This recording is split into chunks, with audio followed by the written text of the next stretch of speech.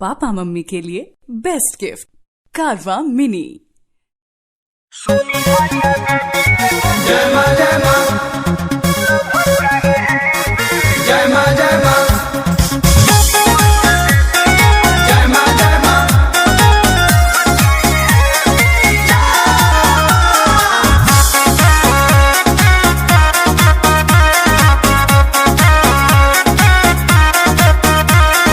सुनी मैया देवी एगो लवर चाही हेबी।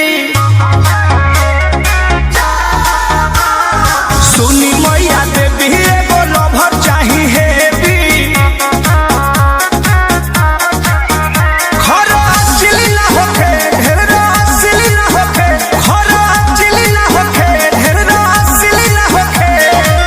एही खातिर रउआ के चढ़ाइले जलेबी।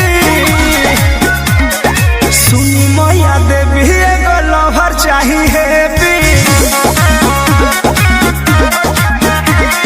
सुनी मैया देवी एगो लवर चाही हेबी।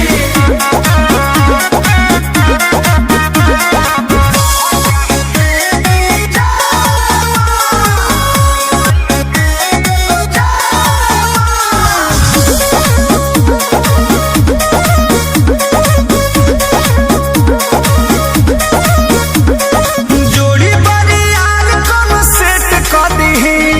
हमारा के ओकर फेवरेट क दीही। ए माई जोड़ी बरियार कौन सेट क दीही।